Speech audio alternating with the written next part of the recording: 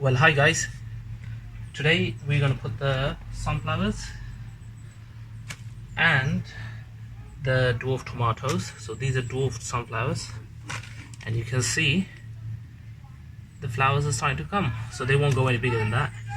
The final pot is going to be this 4-liter pot, so we're just going to put them in there, and then they're ready to be jotted around on the patio and around the garden. Same with the tomatoes. So we've got 3.5-liter pot. We're going to fill it up about halfway.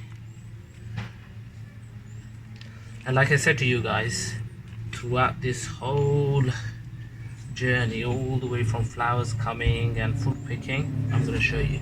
So I'm going to put this inside there. That's a little bit high, so take a bit of the soil out and there. Tip it over, give it a bit squish, push, and look at that root system. Fantastic. Prong by the middle, backfill all around.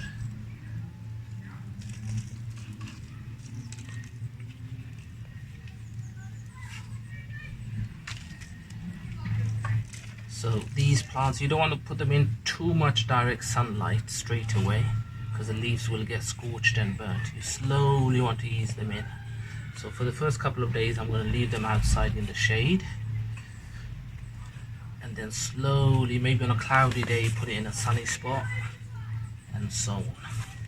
Just let them get used to the climate and outside. They could suddenly become really sunny.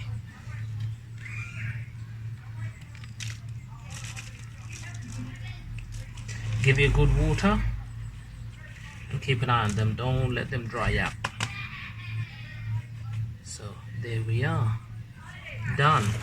Now it's just summer. Enjoy, water, feed, and enjoy the beautiful flowers about to come out of this sunflower. So let me show you now. Sunflower done. I've got all these sunflowers to do, and here's some more plants outside. Lovely lawn.